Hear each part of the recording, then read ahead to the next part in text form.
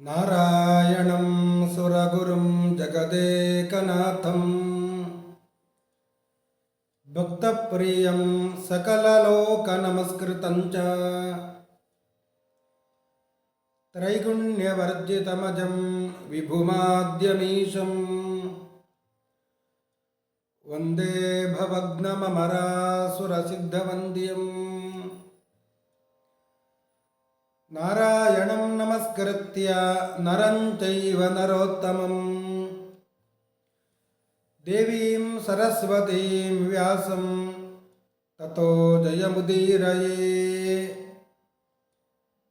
ಶ್ರೀ ಗುರುಭ್ಯೋ ನಮಃ. ಹರಿ ಓಂ.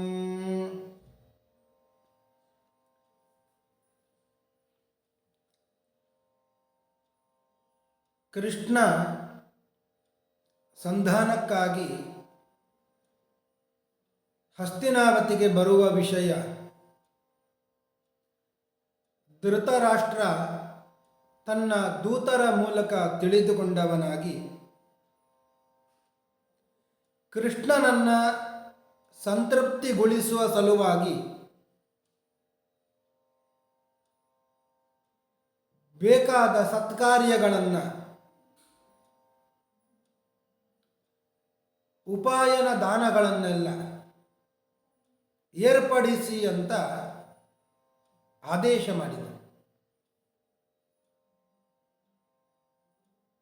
ಏನೆಲ್ಲ ಕೊಡಬೇಕು ಕೃಷ್ಣನಿಗೆ ದೊಡ್ಡ ಪಟ್ಟಿಯನ್ನೇ ಮಾಡಿದ. ವಿದುರ ಹೇಳಿದ, ಪಾಂಡವರು ಕೇಳಿದ್ದು ಕೇವಲ 5 ಗ್ರಾಮಗಳು. ಅದನ್ನು ಬಿಟ್ಟು ಕೃಷ್ಣನಿಗೆ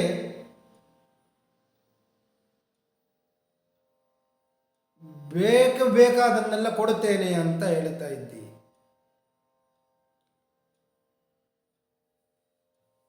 ಕೃಷ್ಣನಿಗೆ ಇದೆಲ್ಲ ಯಾವುದು ಬೇಕಾಗಿಲ್ಲ.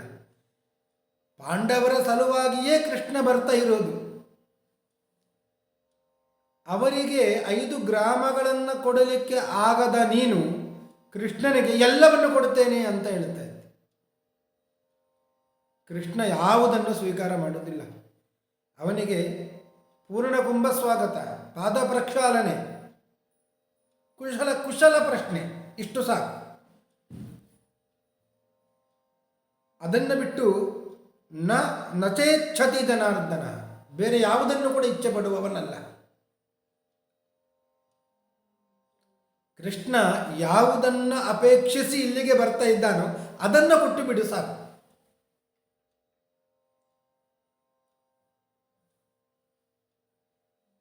ಕೇವಲ ದುರ್ಯೋಧನನಿಗೆ ಮತ್ತು ಪಾಂಡವರಿಗೆ ಶಾಂತಿಯನ್ನು ಬಯಸಿ ಬರ್ತಾ ಇದ್ದಾನೆ, ಅದು ಆದರೆ ಸಾಕು ಅಂತ ವಿದುರ ಹೇಳಿದ.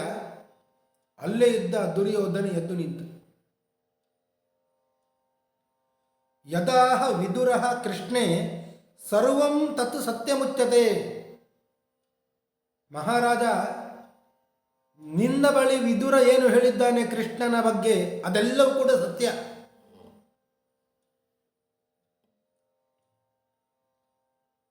ಕೃಷ್ಣನನ್ನ ಪಾಂಡವರಿಂದ ಬೇರ್ಪಡಿಸಲು ಸಾಧ್ಯ ಇಲ್ಲ.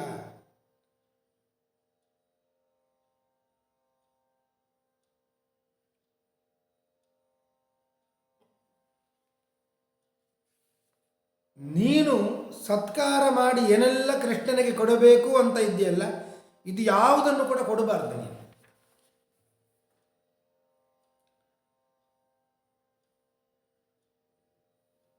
ಕೃಷ್ಣ ಏನು ಅಂದುಕೊಳ್ಳುತ್ತಾನೆ ಕೊಟ್ಟರೆ? ಇಷ್ಟೆಲ್ಲ ಕೊಡ್ತಾ ಇದ್ದಾರೆ ಯಾಕೆ ಅಂದರೆ ಭಯದಿಂದ ಕೊಡ್ತಾ ಇದ್ದಾರೆ ಅಂತ ಅಂದುಕೊಳ್ಳುತ್ತಾನೆ.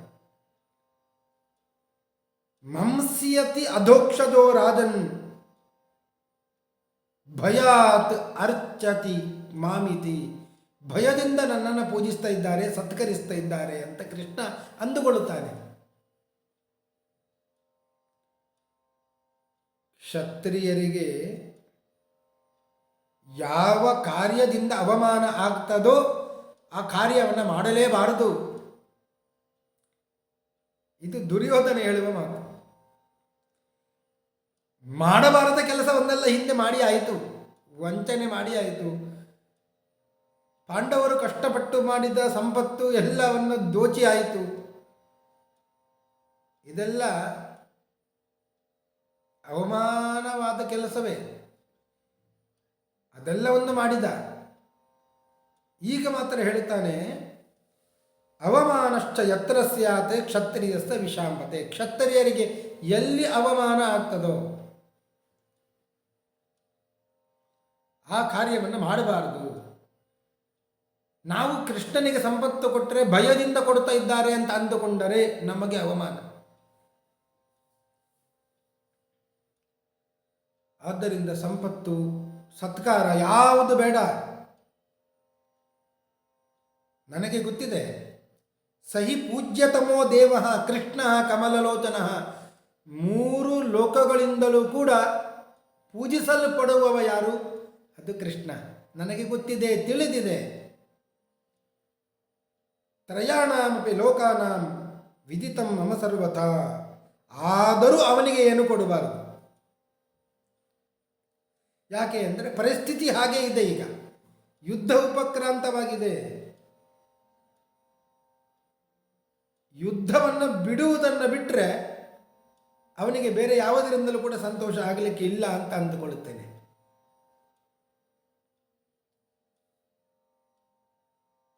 ವಿಗ್ರಹ ಸಮುಪಾರಬ್ಧೋ ನಹಿ ಶಾಮ್ಯತಿ ವಿಗ್ರಹಾತ್. ಯುದ್ಧವನ್ನು ತ್ಯಜಿಸಿದ್ದರೆ ಅವನಿಗೆ ಸಮಾಧಾನ ಆದೀತು. ಅದು ಬಿಟ್ಟರೆ ಮತ್ತೆ ಯಾವುದರಿಂದಲೂ ಕೂಡ ಅವನನ್ನು ಸಮಾಧಾನ ಪಡಿಸಲಿಕ್ಕೆ ಸಾಧ್ಯ ಇಲ್ಲ.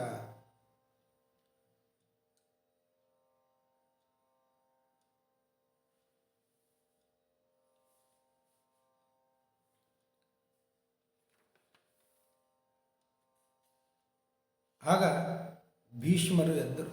ಕೃಷ್ಣನಿಗೆ ಹೀಗೆ ಎಲ್ಲ ಮಾತನಾಡ್ತಾ ಇದ್ದಾನೆ ದುರ್ಯೋಧನ. ಸತ್ಕೃತಃ ಅಸತ್ಕೃತೋ ವಾಪಿ ನ ಕ್ರುಧ್ಯೇತ ಜನಾರ್ದನ. ದುರ್ಯೋಧನ ಏನು ಅಂತ ಹೇಳ್ತಾ ಇದ್ದಾನೆ? ಅವನಿಗೆ ಯಾವ ಸತ್ಕಾರ ಮಾಡುವುದು ಬೇಡ ಅಂತ ಹೇಳ್ತಾ ಇದ್ದಾನೆ ಅಲ್ವಾ?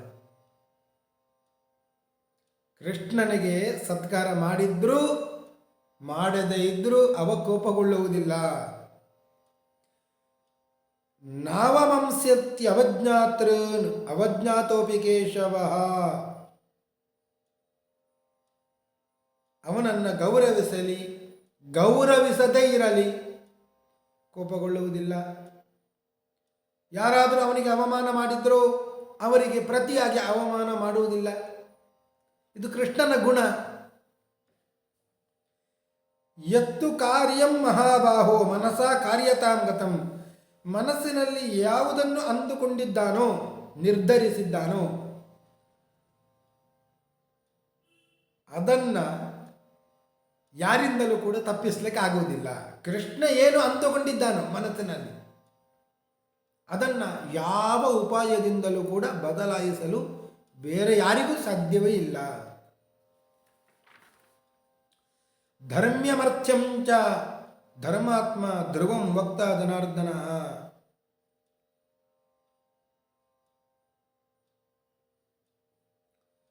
ಜನಾರ್ದನ ಕೃಷ್ಣ ಧರ್ಮಾತ್ಮನಾಗಿದ್ದಾನೆ. ಧರ್ಮಸಹಿತವಾದಂತಹ ಅರ್ಥಸಹಿತವಾದಂತಹ ಮಾತನ್ನೇ ಕೃಷ್ಣ ಆಡುತ್ತಾನೆ. ಅವನಿಗೆ ನೀವು ಕೂಡ ಅಂತಹ ಮಾತನ್ನೇ ಆಡಬೇಕು, ಪ್ರಿಯವಾದ ಮಾತುಗಳನ್ನೇ ಆಡಬೇಕು. ಭೀಷ್ಮ ಹೀಗೆ ಹೇಳಿದಾಗ ದುರ್ಯೋಧನ ಮತ್ತೆ ಸಿಟ್ಟಿನಿಂದ ಎದ್ದು ನಿಂತ. ನ ಪರ್ಯಾಪ್ತೋಸ್ಮಿ ಯತರಾಜನ್ ಶ್ರಿಯಂ ನಿಷ್ಕೇವಲಾಮಹಂ. ನನಗೆ ಇನ್ನೊಬ್ಬರ ಜೊತೆಯಲ್ಲಿ ಸಂಪತ್ತನ್ನು ಹಂಚಿಕೊಳ್ಳಿಕ್ಕೆ ಇಷ್ಟವೇ ಇಲ್ಲ. ಅದು ನಮಗೆ ತೃಪ್ತಿಯನ್ನು ಉಂಟು ಮಾಡುವುದಿಲ್ಲ. ನಾನು ಬದುಕಿರುವ ತನಕ ಪಾಂಡವರಿಗೆ ರಾಜ್ಯವನ್ನು ಕೊಟ್ಟು ಅವರಿಗೆ ಹಂಚಿ ನಾನು ಬದುಕುವುದಿಲ್ಲ. ಅವರ ಜೊತೆಯಲ್ಲಿ ಸಂಪತ್ತನ್ನು ಹಂಚಿಕೊಂಡು ಭೋಗಿಸಲಾರೆ. ತೈಹಿ ಸಹೇ ಮಾಂ ಉಪಾಶ್ನೀಯಾಂ ಯಾವಜ್ಜೀವಂ ಪಿತಾಮಹ.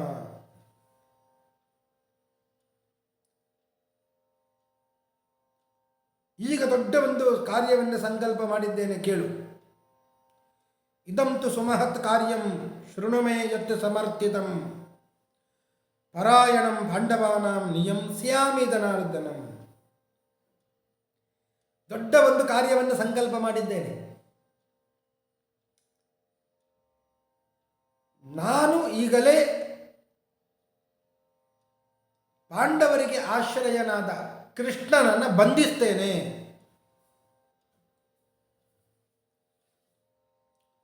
ಅವನನ್ನು ಬಂಧಿಸಿದರೆ ಎಲ್ಲ ವೃಷ್ಣಿಗಳು, ಇಡೀ ಪೃಥಿವಿ, ಪಾಂಡವರು ಕೂಡ ನನಗೆ ವಶರಾಗ್ತಾರೆ. ಎಂತಹ ವಿಚಾರ ದುರ್ಯೋಧನನನ್ನು.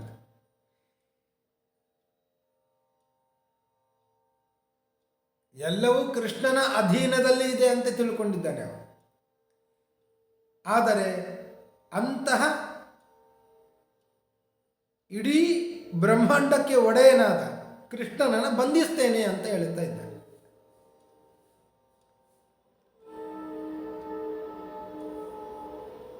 ಕೃಷ್ಣ ನಾಳೆ ಬೆಳಿಗ್ಗೆ ಬರ್ತಾನೆ, ನಾವು ಎಲ್ಲ ಅವನನ್ನು ಬಂಧಿಸ್ತೇವೆ. ಆದ್ದರಿಂದ ನೀವೆಲ್ಲರೂ ಕೂಡ ಅವನನ್ನು ಬಂಧಿಸುವ ಸಲುವಾಗಿ ಏನಾದರೂ ಉಪಾಯ ಇದ್ದರೆ ಅವನಿಗೆ ತಿಳಿಬಾರದು. ಆ ರೀತಿಯಾದ ಉಪಾಯ ಇದ್ದರೆ ಯಾರ್ಯಾಗಾದರೂ ಗೊತ್ತಿದ್ದರೆ ತಿಳಿಸಿ ಅಂತ ಹೇಳಿದರು.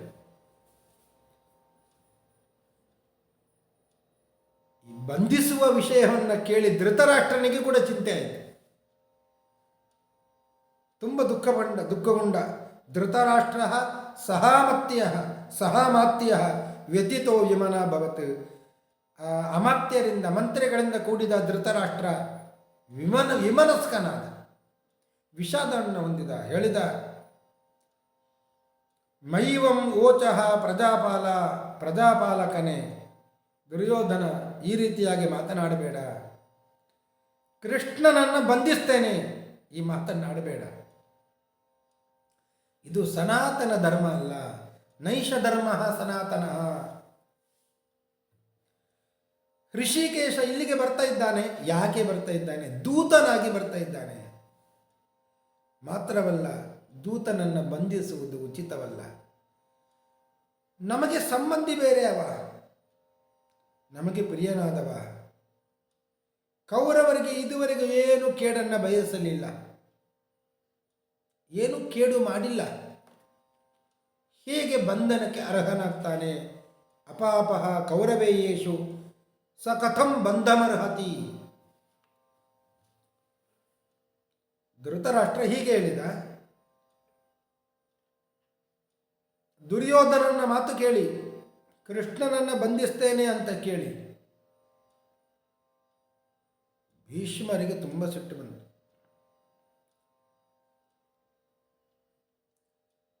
ಭೀಷ್ಮ ಹೇಳಿದ ಧೃತರಾಷ್ಟ್ರನನ್ನ ಕುರಿತು, ನಿನ್ನ ಮಗ ಮೃತ್ಯುಗ್ರಸ್ತನಾಗಿದ್ದಾನೆ. ಪರೀತಸ್ತವ ಪುತ್ರೋಯಂ ಧೃತರಾಷ್ಟ್ರ ಸುಮಂದದೀಹಿ. ಮಂದ ಬುದ್ಧಿ ಉಳ್ಳಂತಹ ಈ ನಿನ್ನ ಮಗ ದುರ್ಯೋಧನ ಮೃತ್ಯುಗ್ರಸ್ತನಾಗಿದ್ದಾನೆ. ಯಾರ ಮಾತನ್ನು ಕೂಡ ಕೇಳುವವನಲ್ಲವ. ಎಷ್ಟು ಸುಹೃಜ್ಜನರು ಬೇಡಿದರೂ ಅರ್ಥವನ್ನು ಬಯಸ್ತಾ ಇಲ್ಲ, ಅನರ್ಥವನ್ನು ಬಯಸ್ತಾ ಇದ್ದಾನೆ. ಪಾಪಸ್ಯ ಅಸ್ಯ ನೃಶಂಸಸ್ಯ ತ್ಯಕ್ತ ಧರ್ಮಸ್ಯ ದುರ್ಮತೆ. ಪಾಪಿಯಾದವ, ಧರ್ಮತ್ಯಾಗವನ್ನು ಮಾಡುವವ, ಕ್ರೂರನಾದವ, ದುರ್ಮತಿಯಾದವ,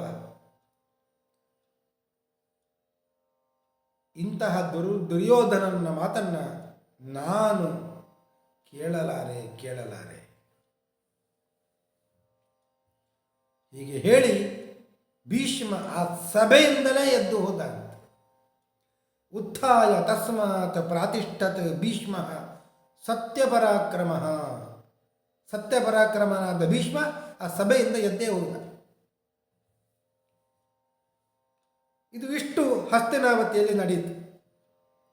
ಕೃಷ್ಣ ಉಪಪ್ಲಾವದಿಂದ ಹೊರಟು ಕುಶಸ್ಥಲಕ್ಕೆ ಬಂದಿದ್ದಾನೆ. ಅಲ್ಲಿ ಬೇಕಾದಷ್ಟು ಸತ್ಕಾರಗಳನ್ನು ಸ್ವೀಕಾರ ಮಾಡಿದ್ದಾನೆ. ಆ ರಾತ್ರಿಯನ್ನು ಕಳೆದ. ಮರುದಿವಸ ಬೆಳಗ್ಗೆ ಆಯಿತು. ನಿತ್ಯ ಆನ್ನಿಕಗಳನ್ನೆಲ್ಲ ಮಾಡಿಕೊಂಡ. ಬ್ರಾಹ್ಮಣರನ್ನು ನಮಸ್ಕರಿಸಿ ಅನುಮತಿಯನ್ನು ಪಡೆದ. ಬ್ರಾಹ್ಮಣೈ ಅಭ್ಯನುಜ್ಞಾತಃ ಪ್ರಯಯೌ ನಗರಂ ಪ್ರತಿ. ಅಲ್ಲಿಂದ ಹೊರಟ ಅಂತ, ಕುಶಸ್ಥಲದಿಂದ ಹೊರಟಾಗ ಅಲ್ಲಿಯವರೆಲ್ಲ ಏನು ಮಾಡಿದ್ದರು, ಕೃಷ್ಣ ಏನು ಕೊಟ್ಟ ಅವರಿಗೆ, ಇದೆಲ್ಲವನ್ನು ಕೂಡ ವರ್ಣನೆ ಮಾಡ್ತಾ ಇದ್ದಾರೆ. ಆ ಬ್ರಾಹ್ಮಣರನ್ನೆಲ್ಲ ಕೇಳಿದ ಕೃಷ್ಣ, ನಾನು ಹೊರಡುತ್ತೇನೆ, ಅನುಮತಿ ಕೊಡಿ ಅಂತ. ಆಗ ಆ ಬ್ರಾಹ್ಮಣರೆಲ್ಲ ಕೃಷ್ಣನಿಗೆ ಅನುಮತಿಯನ್ನು ಕೊಟ್ಟರು. ಆ ಕುಶಸ್ಥಲದಲ್ಲಿ ಇರುವವರಿಗೆ ಎಲ್ಲ ಈ ಪುಂಡರೀಕಾಕ್ಷ ಏನು ಮಾಡಿದ ಅಂದರೆ, ಪ್ರದದೌ ಪುಂಡರೀಕಾಕ್ಷ ರತ್ನಾನಿಚ ಧನಾನಿಚ, ಎಲ್ಲ ರತ್ನಗಳನ್ನು ಸಂಪತ್ತನ್ನು ಎಲ್ಲ ಕೊಟ್ಟ ಅಂತ. ಅವರಿಂದ ಸ್ವೀಕಾರ ಮಾಡಿದ್ದಲ್ಲ, ಅವರಿಗೆ ಕೊಟ್ಟ. ಅವರಿಗೆ ಕೊಟ್ಟು ಅಲ್ಲಿಂದ ಹಿಂದಿರುಗಿದ. ದಾರಿಯಲ್ಲಿ ಬರ್ತಾ ಕೃಷ್ಣ ನೋಡುತ್ತಾ ಇದ್ದಾನೆ, ದುರ್ಯೋಧನ ಬೇಕಾದಷ್ಟು ಸತ್ಕಾರಗಳನ್ನು ಮಾಡಿದ್ದಾನೆ, ತಯಾರು ಮಾಡಿಟ್ಟಿದ್ದಾನೆ. ದಾರಿಯ ಉದ್ದಗಲಕ್ಕೂ ಕೂಡ ಆ ಬದಿಯಲ್ಲಿ ಈ ಬದಿಯಲ್ಲಿ ವಿಶ್ರಾಂತಿ ಗೃಹಗಳು, ವಸ್ತ್ರಗಳು, ನಾನಾ ವಿಧವಾದ ರತ್ನಗಳು ಎಲ್ಲವನ್ನು ಕೂಡ ಇಟ್ಟಿದ್ದ. ಕೃಷ್ಣ ಇವು ಯಾವುದನ್ನು ಕೂಡ ನೋಡಿಲ್ಲ.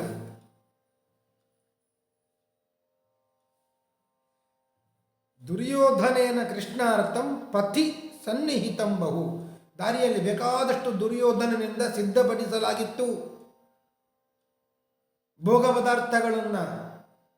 ಯಾವುದನ್ನು ಕೃಷ್ಣ ನೋಡದೆ ಕೌರವರ ಸಭೆಗೆ ನೇರವಾಗಿ ಬಂತು. ದುರ್ಯೋಧನ ಧೃತೆ ಸರ್ವೇ ಭೀಷ್ಮ ದ್ರೋಣ ಕೃಪಾದಯ. ಕೃಷ್ಣ ಬರುವ ವಿಷಯ ಗೊತ್ತಾಯಿತು. ದುರ್ಯೋಧನನನ್ನು ಬಿಟ್ಟು ಒಬ್ಬ ಬಂದಿಲ್ಲ. ಎಲ್ಲರೂ ಕೂಡ ಕೃಷ್ಣನನ್ನು ಸ್ವಾಗತಿಸಲಿಕ್ಕೆ ಹೊರಟ್ರಂತೆ.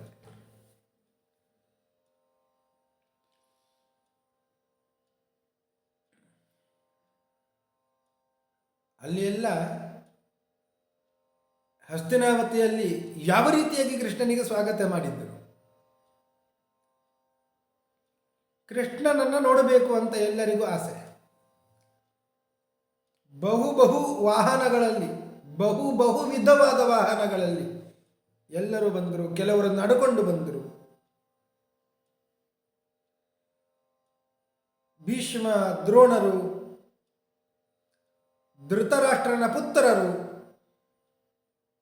ಇವರೆಲ್ಲ ಕೃಷ್ಣನನ್ನು ಹೊಂದಿದ್ದರು. ಒಟ್ಟಿಗೆ ನಗರವನ್ನು ಪ್ರವೇಶ ಮಾಡಿದ್ದರು. ಆ ನಗರವೆಲ್ಲ ಅಲಂಕೃತಗೊಂಡಿತ್ತು, ಅಲಂಕರಿಸಲ್ಪಟ್ಟಿತ್ತು. ಯಾವ ಮನೆಯಲ್ಲಿ ಯಾರೂ ಇದ್ದಿಲ್ಲ ಅಂತ, ಎಲ್ಲರೂ ಹೊರಗೆ ಬಂದಿದ್ದಾರೆ. ಯಾವ ರೀತಿಯಾಗಿ ಒಂದು ದೇವಸ್ಥಾನದಲ್ಲಿ ರಥದಲ್ಲಿ ಒಂದು ಮೂರ್ತಿಯನ್ನು ಕೂಡಿಸಿ ರಥೋತ್ಸವವನ್ನು ಮಾಡುವ ಸಂದರ್ಭದಲ್ಲಿ ಆ ರಥಬೀದಿಯಲ್ಲಿ ಹೋಗ್ತಾ ಇರುವಾಗ ಮನೆಯಲ್ಲಿ ಯಾರೂ ನಿಲ್ಲದೆ ಎಲ್ಲ ಹೊರಗೆ ಬಂದು ರಥಸ್ಥಂ ಕೇಶವಂ ದೃಷ್ಟುವ ಪುನರ್ಜನ್ಮನ ವಿದ್ಯತೆ ಎಂದ ಹಾಗೆ ರಥದಲ್ಲಿ ಸನ್ನಿಹಿತನಾದಂತಹ ಕೇಶವನನ್ನು ನೋಡಿದರೆ ಪುನರ್ಜನ್ಮವೇ ಇಲ್ಲ ಎಂಬುದಾಗಿ ಎಲ್ಲರೂ ಹೊರಗೆ ಬಂದು ನೋಡ್ತಾರೋ, ಅದೇ ರೀತಿಯಾಗಿ ಈ ಕೃಷ್ಣನನ್ನು ನೋಡಿದರೆ ನಮಗೆ ಪುನರ್ಜನ್ಮ ಇಲ್ಲ ಅಂತ ಹೇಳಿ ಮನೆಯಲ್ಲಿ ಯಾರೂ ಇದ್ದಿಲ್ಲ, ಎಲ್ಲರೂ ಕೃಷ್ಣನನ್ನು ನೋಡಲಿಕ್ಕೆ ಬಂದಿದ್ದಾರೆ. ನ ಸ್ತ್ರೀ ನ ವೃದ್ಧೋ ನ ಶಿಶು ವಾಸುದೇವ ದಿದೃಕ್ಷಯ. ಯಾವ ಸ್ತ್ರೀಯರು ಮನೆಯಲ್ಲಿದ್ದಿಲ್ಲ, ಯಾವ ಮಕ್ಕಳು ಶಿಶುಗಳು, ಯಾವ ವೃದ್ಧರು ಕೂಡ ಮನೆಯಲ್ಲಿದ್ದಿಲ್ಲ, ಎಲ್ಲರೂ ನೋಡಲಿಕ್ಕೆ ಬಂದಿದ್ದಾರೆ. ಇಡೀ ಭೂಮಿಯ ಮೇಲೆ ಮನುಷ್ಯರು ತುಂಬಿ ಹೋಗಿದ್ದರಂತೆ.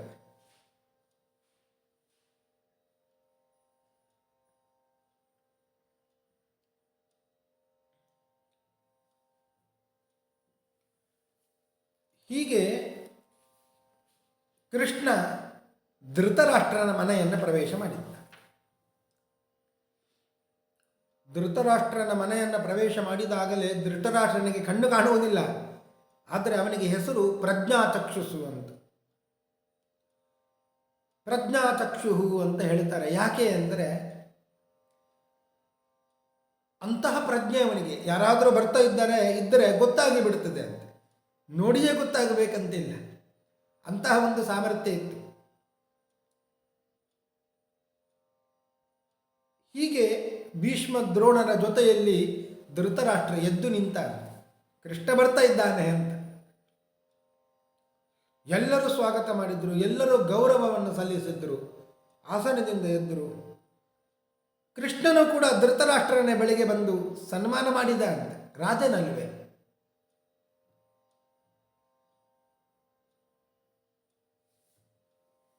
ಧೃತರಾಷ್ಟ್ರನು ಕೂಡ ಕೃಷ್ಣನಿಗೆ ಆತಿಥ್ಯವನ್ನು ಮಾಡಿದ. ಸುವರ್ಣಮಯವಾದ ದೊಡ್ಡ ಆಸನವನ್ನು ಕೊಟ್ಟ. ಕೃಷ್ಣ ಅದರಲ್ಲಿ ಕುಳಿತುಕೊಂಡ. ಮಧುಪರ್ಕ ಉದಕವನ್ನೆಲ್ಲ ಪುರೋಹಿತರು ಕೊಟ್ಟರು. ಆತಿಥ್ಯವನ್ನು ಸ್ವೀಕಾರ ಮಾಡಿದ್ದ ಕೃಷ್ಣ ಎಲ್ಲರಿಗೂ ಕೂಡ ಹೇಳ್ತಾ ಇದ್ದ, ಕೌರವರು ಹೇಗೆ ಸಂಬಂಧ ನನಗೆ ಅಂತ.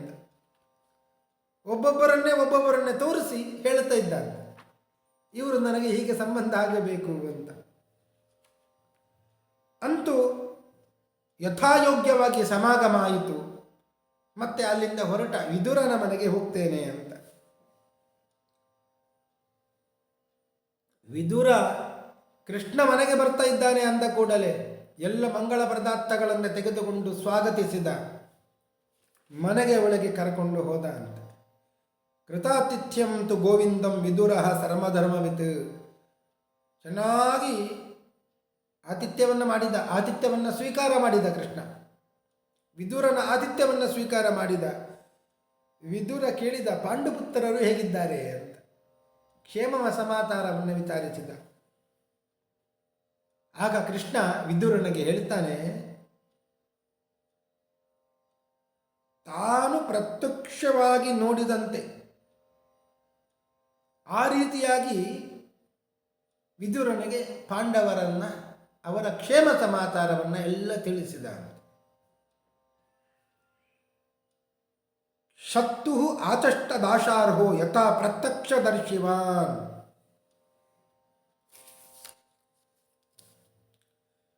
ಇಷ್ಟೆಲ್ಲ ಆದಮೇಲೆ